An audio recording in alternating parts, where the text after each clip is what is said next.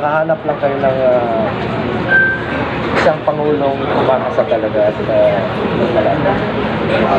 Ngayon lang siguro.